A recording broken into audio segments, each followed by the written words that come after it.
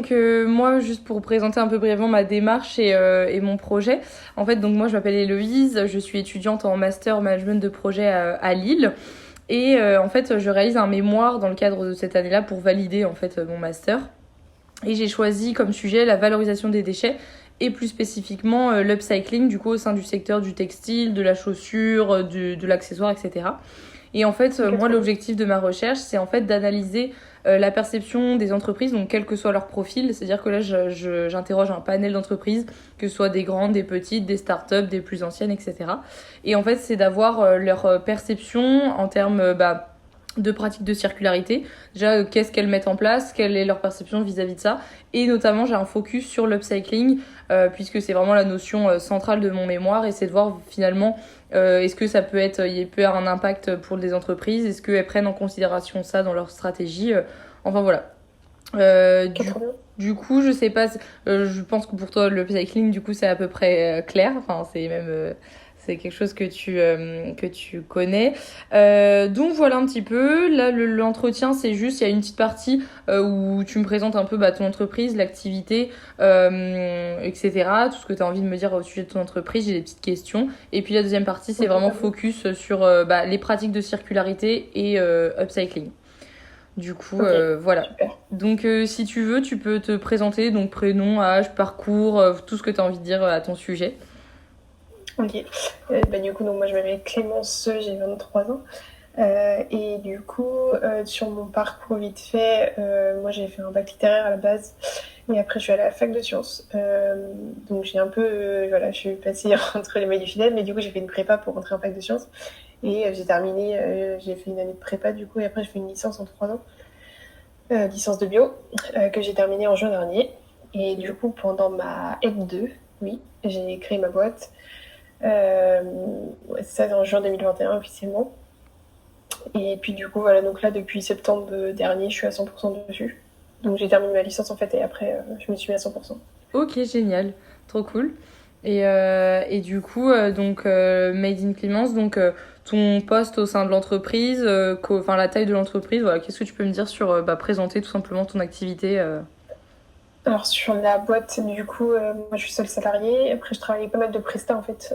J'ai donc un apporteur d'affaires donc sur la partie commerciale en freelance. J'ai un monteur vidéo en freelance.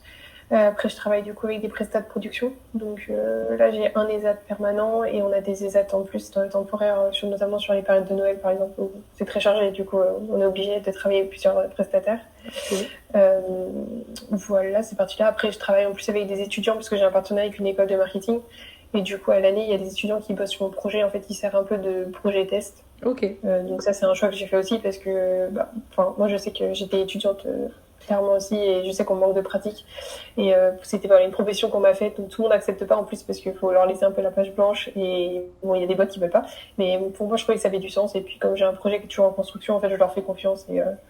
Et en général, ça pose pas de soucis, c'est même top. Genre, ça fait 3 ans que je fais ça et 3 ans que j'ai super 3 bonnes équipes d'étudiants, donc c'est trop cool. Trop cool. Ok. Euh, voilà. Et après, si tu veux, je te réexplique l'activité ou Ouais. pas, genre Moi, le je veux bien que process. tu refasses toute une présentation un peu de Ok. l'histoire du début et puis de ce que vous faites, enfin ce que tu fais. Alors, du coup, sur le process, en fait, donc je collecte la matière plutôt auprès de recycleries, ressourceries ou de collecteurs qui, eux, vont collecter auprès des usines.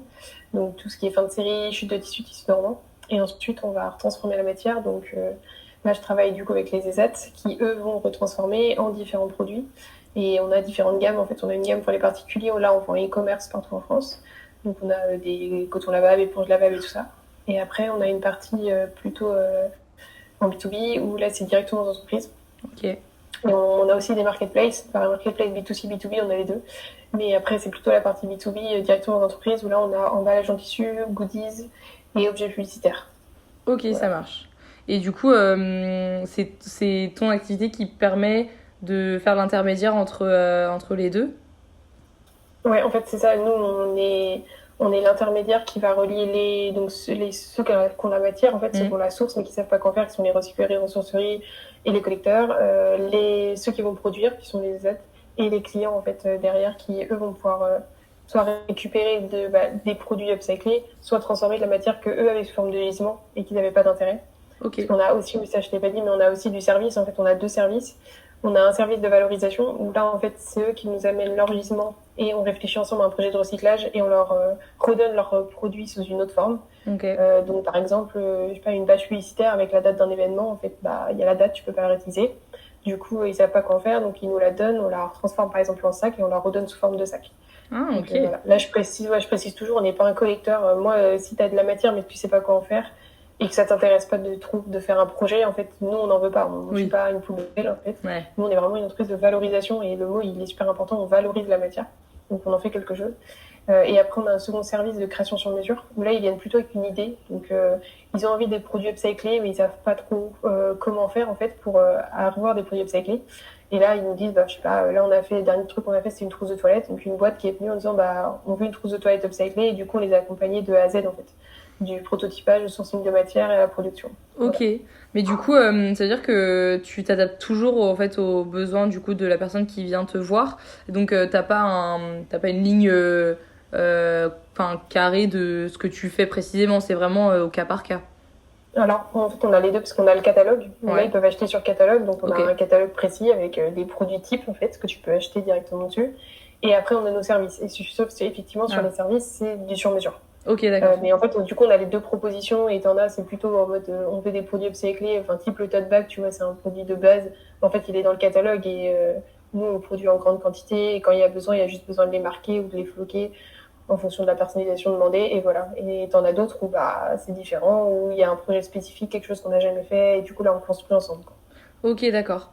Et c'est quel type de... Parce que tu me disais que c'était souvent B2B, marketplace, etc. C'est quel type d'entreprise qui va venir prendre acheter tes produits de ton catalogue, par exemple? Alors c'est très marrant parce qu'on a de tout, pour te donner un petit ordre d'idée, vu qu'en plus on a vraiment une politique chaque geste compte. C'est-à-dire qu'on peut avoir des petites épiceries zéro déchet qui veulent juste rajouter des produits dans leur gamme typés pour le lavabo et tout. Jusqu'à à Noël, par exemple, j'ai eu un espace de coworking qui m'a commandé des produits pour tous les coworkers. J'ai eu une entreprise de transport qui m'a contactée parce que bah, voilà, aujourd'hui, les marchés RSE, en fait, elles sont partout. Ouais. Donc, c'est des transporteurs, mais pour leurs clients et leurs partenaires, ils voulaient des produits RSE. Ils sont tombés sur moi. Voilà. On va avoir une entreprise de cosmétiques qui on a fait du coup, les trous de toilette. Enfin, c'est vraiment du tout au tout. Ok. C'est ça qui est super intéressant. On a travaillé avec l'ADEME aussi. Ok. On a fait les cadeaux de Noël de l'ADEME. Voilà. Du coup, c'est vraiment du tout au tout. On s'adresse à tout le monde et c'est ça qui est intéressant. Là, j'ai des projets avec une boîte de BTP qui avait des anciens trucs d'événements, tu vois, qui n'ont pas d'intérêt. Voilà. Ok. Du coup, on s'adresse un peu à tout le monde. Ok, et ça sera toujours du coup en B2B ou il y a un peu de partie au consommateur directement ou pas? Si, bah, on a toujours la partie B2C avec le e-commerce. Voilà, le e-commerce, il tourne en fait en parallèle. On livre partout en France. Ça, il n'y a pas du tout de souci. Et on a quelques magasins revendeurs. On doit être à 2 ou 3 en France. D'accord. Je crois qu'on en a un en Bretagne, un autre dans le sud. Mais voilà, c'est un à Angers du coup, c'est sûr. Ok. Mais voilà, c'est très faible sur les revendeurs parce que j'ai pas travaillé le truc en fait non plus. C'est beaucoup de temps. Ouais. Et même si je pense que ce serait intéressant, mais j'ai pas pris le temps de travailler la solution quoi. Parce que du coup, t'es toute seule sur l'activité principale de gestion de l'activité. Ouais, c'est ça. En fait, après, ouais, j'ai les freelances à côté, mais effectivement, je suis seule sur la gestion, donc. Alors, j'ai des stagiaires de temps en temps à l'année. Là, j'en ai une qui arrive dans 2 semaines. Ouais. Mais ça reste très faible, effectivement, en termes de... Là, l'idée, c'est justement que j'ai une alternante ou un alternant pour l'année prochaine. Ouais. Donc, qu'on soit deux, quoi, puisque ça commence à être compliqué. Ah ouais, c'est ça. Ok. Et tu m'en as déjà un peu parlé comment ça se passait, mais est-ce que t'as le chemin type par exemple, après, c'est vrai que tu as plusieurs manières de procéder, mais est-ce que t'as un chemin type, une méthode de production entre la conception, qui est-ce qui pense la conception jusqu'à la réalisation du produit final?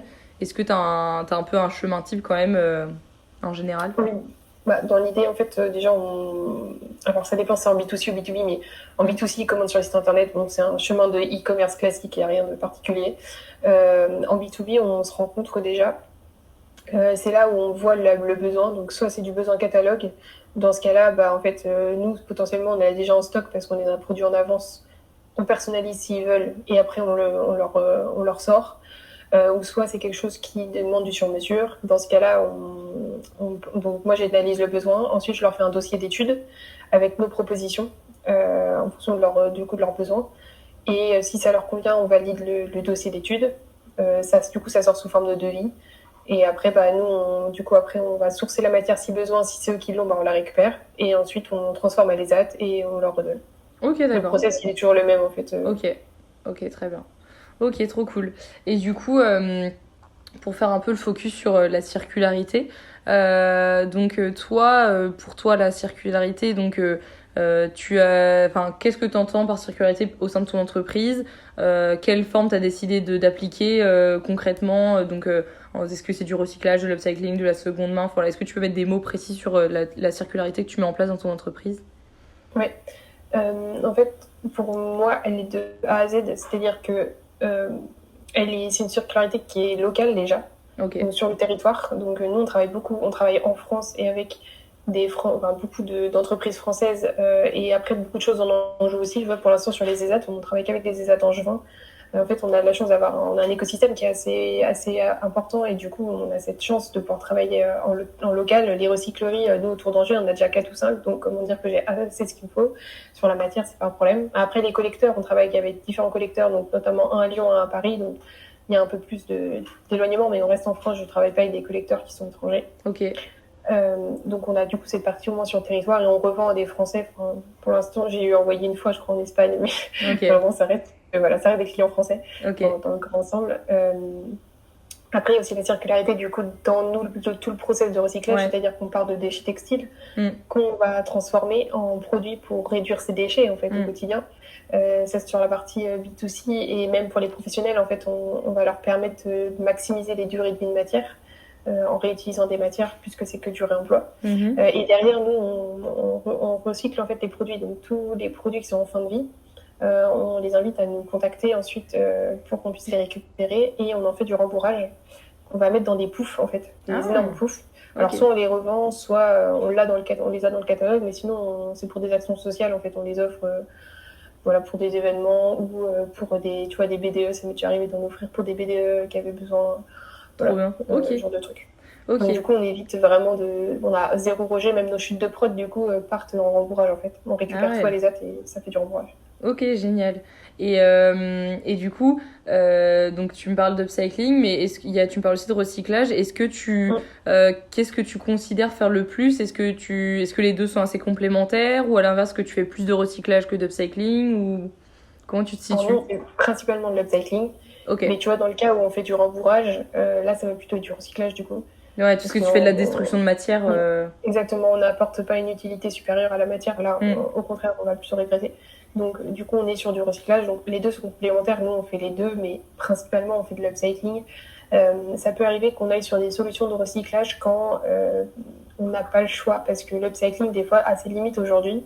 Malheureusement, en fait, il y a beaucoup de matière sur le territoire, mais la filière est en train de se construire. C'est-à-dire que, tu vois, nous, sur les collecteurs avec qui je travaille principalement avec deux, et en France, il y en a pas tant que ça, en fait. Des collecteurs, des entreprises collectrices, c'est vraiment leur job, quoi. Il y en a très peu, alors qu'il y a des usines où on a beaucoup de matière. Et donc, on a cette problématique des fois, sur des quantités. Là, on a une demande pour un client, on avait entre 5 000 à 10 000 pièces à faire. Ils sont OK avec le réemploi, mais en fait, sur les différents types de matières, on peut, en fait, sur ce type de quantité, c'est très complexe. Et du coup, là, on va plus se tourner vers du recyclage ou des matières recyclées pour pouvoir répondre à la demande, parce que sinon, c'est trop de complexité pour le moment. En fait, on n'a pas les solutions, en fait, actuellement. C'est ça qui est complexe. Donc, en fait, on allie les deux, mais c'est très rare. Enfin, moi, on est à 90% de l'upcycling. Je privilégie de l'upcycling dès que je peux. C'est l'essence même de ce que je fais. Et si vraiment on n'a pas le choix, tant qu'après c'est issu de déchets textiles, et donc il faut que ça rentre dans nos chartes quand même si on fait du recyclage. Mais voilà. Et le recyclage, si c'est du recyclage, c'est quel type de recyclage? Je sais pas si tu sais si c'est du chimique, thermique ou mécanique. Alors là, bonne question. Là, je pense que c'était du mécanique parce que, pour te dire, là, c'était un projet pour des pochettes en feutrine. Et du coup, c'est de la feutrine issue de tissus recyclés. Donc, d'après ce que j'avais compris, ce qu'elle m'avait expliqué la responsable, là, c'était de la mettre, en gros, des anciens vêtements qui étaient broyés et qui refaisaient en fait de la feutrine avec. Donc, c'est pas du tissage parce que c'est pas un tissu pénétrable, mais c'est de la feutrine, donc c'est un peu différent. Ok. Et du coup, juste là, je pensais à ça tout à l'heure quand tu parlais. Quand tu parles d'entreprise collecteur, enfin collectrice, qu'est-ce que j'ai jamais forcément côtoyé ce terme-là. C'est cette entreprise, c'est quoi son rôle Bah, eux, ça va être de collecter auprès des usines sur les fins de série, chutes de tissus dormants. Ok. Tu connais peut-être Trade, Non. donc tu pourras aller voir si tu veux. Il y a Fitcop à Lyon avec qui on travaille aussi. Ok. Et en fait, eux, leur but, c'est vraiment de référencer ce qu'ont les usines comme fin de série chutes de tissus dormants et de les revendre à des entreprises qui peuvent les revaloriser. Eux, ils Trop font bien. juste l'intermédiaire en fait, entre eux et nous. Ok. Parce que en fait, c'est assez complexe. Déjà auprès des usines, il faut réussir à les contacter et c'est un vrai travail en vrai. Et eux, du coup, ils nous mâchent le travail, ils nous mettent une plateforme où on a accès à toutes ces matières et ils nous mettent en relation directement. En fait, ils font l'intermédiaire et ça, c'est vraiment incroyable pour nous parce que ça permet de pouvoir valoriser les grandes quantités. Eux, ils ont des rouleaux de plusieurs centaines de mètres en fait. Ah ouais. On n'aurait pas accès autrement si eux n'avaient pas été faire le travail de faire des partenariats avec eux pour revendre ces matières-là en fait. Et vous récupérez la matière en l'état du coup ou ils vous font un travail aussi de pré-mâchage Non, on récupère soit en rouleau, soit à la découpe. Si tu veux, c'est un rouleau de 800 mètres et que tu en veux que 100, ils peuvent te recouper. Ah, d'accord. Mais sinon, c'est au rouleau. Et du coup, tu récupères les rouleaux, donc tu es au courant. Nous, sur les plateformes, on a accès. Ils nous disent, bah voilà, il y a tel et tel tissu à telle quantité. Et puis, tu as les caractéristiques. Et si ça peut te correspondre, tu peux acheter. Et sinon, tu le laisses, quoi. Ok, ça marche. Et en termes de quantité, du coup, de produits à peu près, tu tapes sur combien, là, à peu près de... Je sais pas comment dire, en termes de quantité, est-ce que tu as des à me donner sur ce que représente notamment la part de matière upcyclée, enfin, ce que tu upcycles et ce que derrière tu as? Ouais, alors pour te donner un ordre d'idée, nous on fait des petits produits, donc c'est quand même assez spécifique, mais l'année dernière on a vendu 2000 produits. Là cette année j'ai un objectif à peu près à doubler, mais sachant qu'on est déjà quasiment à 1000 là, donc en fait je pense qu'on va faire beaucoup plus, on en avril déjà. Mais j'avais l'objectif de doubler cette année. Et on a valorisé environ 300 kilos de matière. Ah ouais. L'année dernière. Okay. Ouais, en fait, ça va super vite. Ouais, bah... donc après, tu vois, on a fait 2000 produits quand même, donc ça s'explique. Mais voilà. Ok, trop bien. Et sur un produit, est-ce que... alors, je pense que ça dépend là aussi quel type de produit c'est, mais est-ce que tout le produit est 100% upcyclé ou il reste quand même des parties où là, c'est les limites et il n'y a pas possibilité de... Alors, la limite, chez nous, elle est sur l'étiquette. Ah, okay. Parce que du coup on a des étiquettes qui sont fabriquées exprès, où on a le petit drapeau de la France, on a notre marque dessus, donc là c'est en tissu recyclé, mais par contre c'est pas upcyclé parce que du coup tu peux pas, ça marche pas, mais à part ça on est 100% en upcycling. Alors si on a une autre contrainte que j'ai presque réussi à contourner là, donc je suis contente, quand j'ai commencé on n'avait pas le choix en fait sur la matière éponge qu'on a du coup sur nos éponges et sur les cotons lavables. Là, on était bloqués parce que il n'y avait pas ces matières-là en réemploi ou quand on les récupérait, elles étaient déjà trop abîmées, on ne pouvait pas les revaloriser.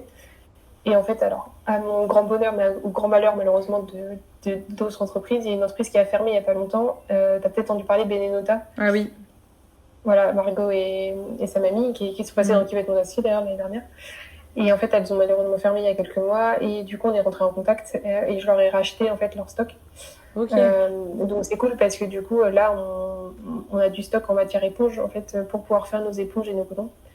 Okay. Et du coup 100% réemploi puisque c'est eux ce qui n'a pas été la matière neuve en fait qui n'a pas été utilisée du tout puisque elles ont dû fermer.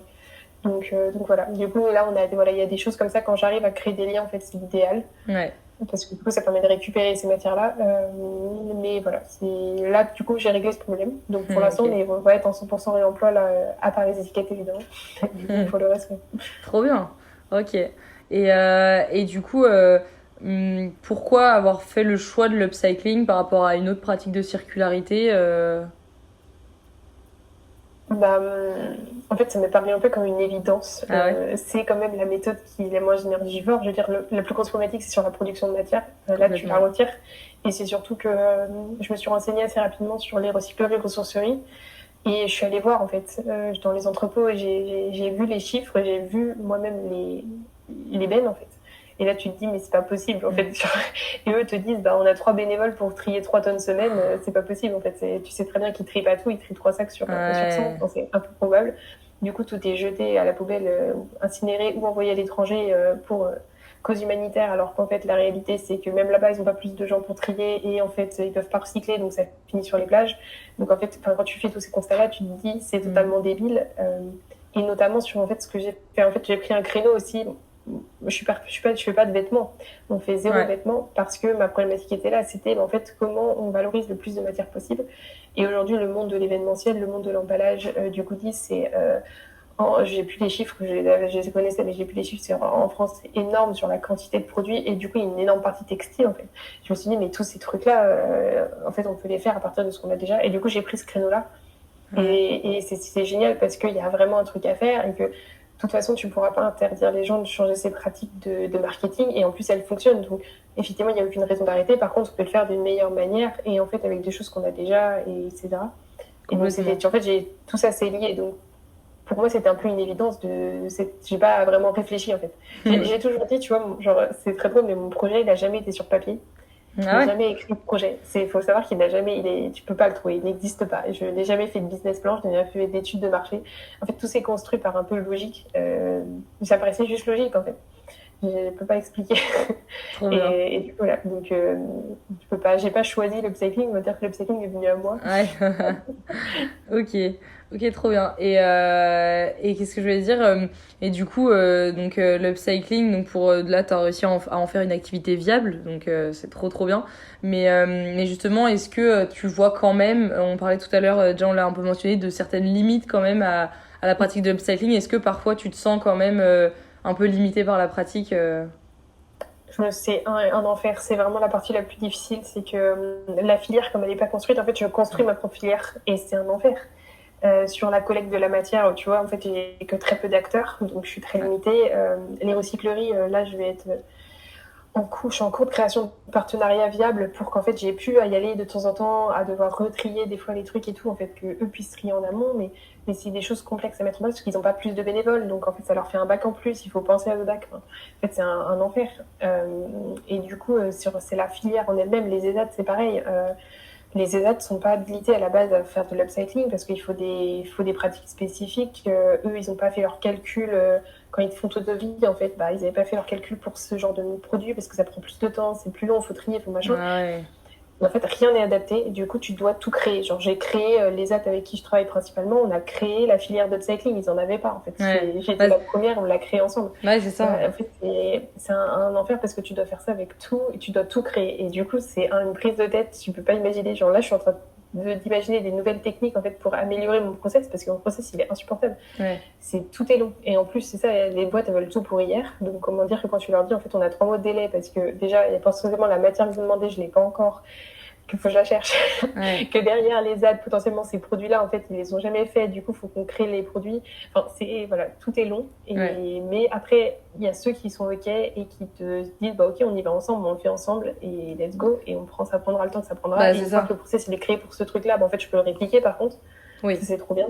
Une fois que tu l'as fait une fois, tu peux le répliquer. Mais dans l'ensemble, c'est assez long à bosser.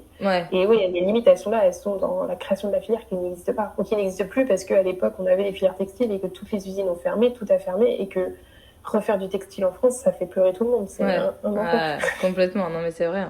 Et est-ce que le fait aussi, je sais que ça, c'est une chose qui revient aussi souvent dans les débats, c'est l'upcycling, le fait que ce soit un peu unique puisqu'on prend pas. Bon après là toi dans ton cas, c'est ça que je savais pas qu'on pouvait faire du upcycling en reprenant par exemple des rouleaux. Ça effectivement c'est de la valorisation de déchets.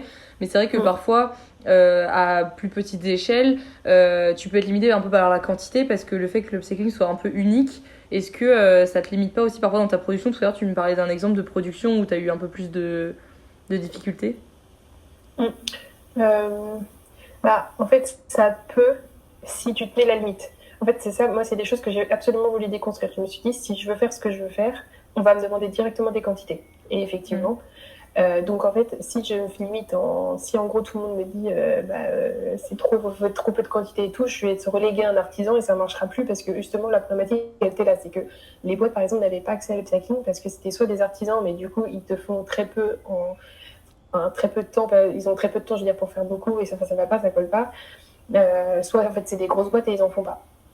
Du coup, l'idée, c'était qu'on soit l'intermédiaire et c'est ce que je suis en train de créer, en fait, ce truc, en fait, l'upcycling en grande quantité, en gros, c'est ça. Et effectivement, faut se limiter, faut se bloquer, enfin, faut s'enlever ces barrières. Et donc, c'est pour ça que j'ai tout réfléchi. Genre, nous, tu vois, on travaille principalement le linge de maison. Je travaille pas de vêtements. Ouais. Et en fait, le linge de maison, sur 3 tonnes de textile, t'as plusieurs centaines de kilos qui sont du linge de maison. Donc, en fait, on peut le faire. Et du coup, l'avantage de la maison, c'est que c'est des grands carrés, c'est que c'est des rectangles. Et en fait, ça rentre dans les machines à lesat. Du coup, ça permet de réduire les coûts aussi. Parce que tu fais pas du unique. Et en plus, tu fais de la grosse quantité. Et donc, du coup, en fait, je me suis éliminé ces barrières-là, qui étaient les premières barrières, effectivement. Mais j'ai trouvé un process, en fait, qui fait qu'on peut les éliminer. Ok. Et on peut quand même faire de l'upselling. En fait, la problématique, elle est là aussi, c'est que je pense que tout le monde veut faire trop bien et qu'au début, il faut trouver des cases, en fait, et de se dire, bah ouais, je commence par cette partie-là et on verra pour le reste après quand on aura d'autres méthodes, quand on aura avancé dans cette première méthode. Ouais. Donc moi, j'ai pris un créneau, on s'est limité à un tunnel, en fait. Ok. Et je vais faire en sorte que ce tunnel, il fonctionne, il roule tout seul. Et une fois qu'on aura que ce tunnel-là fonctionnera, j'irai peut-être sur un autre créneau, tu vois. Okay. Et là, j'ai vraiment. Et je pense que la première barrière est le côté unique, je suis d'accord avec toi. Et du coup, si tu arrives à faire péter cette barrière, bah, déjà, tu as accès à beaucoup plus de choses. Et je croise les doigts pour que c'est réellement ce que je suis en train de faire et que du coup, on puisse péter une première barrière, tu vois. Complètement. Puis l'upcycling, c'est pas une notion qui est très très connue encore. Et comme tu dis, toi, t'es là, t'es dans un process qui n'existe pas vraiment. Donc, c'est tout construire, ça peut être complexe. Mais ok, et dans ma dernière question, parce qu'en plus je vois qu'il nous reste plus beaucoup de temps, toi, tes perspectives d'évolution, là, comment tu vois ton activité évoluer d'ici là, l'upcycling, là tu viens un peu de l'énoncer, un peu cette idée de te mettre dans ta branche et de la faire évoluer, mais est-ce que tu as des perspectives particulières? Bah, là, les perspectives, ça va être la levée des fonds. Okay. Parce que, en fait, on a des besoins de trésor qui sont assez importants. Et du coup, là, les prochains mois, je vais avoir besoin de lever des fonds. Donc, ça va être ça les prochains trucs. Et puis de recruter parce que, je te dis, moi, toute seule, ça commence à être vraiment compliqué. Ouais. Puis en fait, après, c'est des objectifs de quantité de matière valorisée et de produits vendus, en fait. Parce que l'idée, c'est de s'étendre. Tu vois, j'ai aussi des objectifs type le tourisme, tout ce qui est camping, hôtel et tout. Il y a un vrai besoin aussi, les démarches RSE, ils se font pousser par derrière, sauf qu'en fait, ils n'ont pas les solutions. Ouais. Donc l'idée, c'est en fait d'être apporteur de solutions pour eux, et encore mieux, ça peut être en matière upcyclée, tu vois. Donc il y a toutes ces choses-là. Je pense qu'en fait, il y a plein de choses à faire. Donc en vrai, je suis pas trop inquiète parce que c'est le créneau, et de toute façon, personne va avoir le choix, tu vois, d'y aller. Enfin, tu vas devoir y aller d'une manière ou d'une autre, et donc l'idée c'est que juste on soit dans les premiers à y aller, quoi. Non mais ouais, mais c'est trop cool hein. Franchement, c'est vrai que je connaissais pas un peu tout, c'est pas très connu le upcycling, donc tout ce process là est hyper intéressant à étudier, ouais, trop cool. T'as vu beaucoup de marques de vêtements peut-être aussi, enfin je sais pas, je suis pas sûre. Il y en a pas beaucoup qui font ce que je fais. Justement, là pour l'instant, de qui j'interroge, je suis la seule qui fait vraiment 100% d'upcycling à une activité avec un certain, un certain volume, quoi.